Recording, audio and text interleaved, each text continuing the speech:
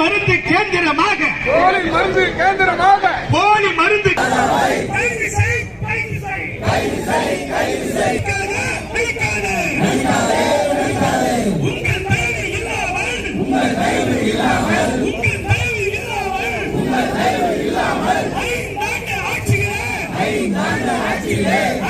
மக்களுக்குள்ளும் மருந்துகளை விநியோகிக்க முடியாது.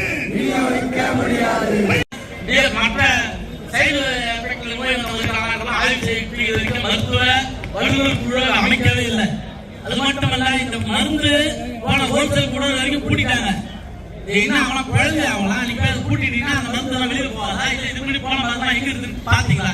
இது பாண்டிச்சேரி மட்டும் போயிருந்தா, தமிழ்நாடு மட்டும் போயிருந்தா, இந்தியா முழுக்க போயிருந்தா, அதை கண்டுபிடிக்கணும்னா பாண்டிச்சேரியில் இருக்கக்கூடிய இந்த அதிகாரிகளால இந்த காவல்துறையால முடியாது.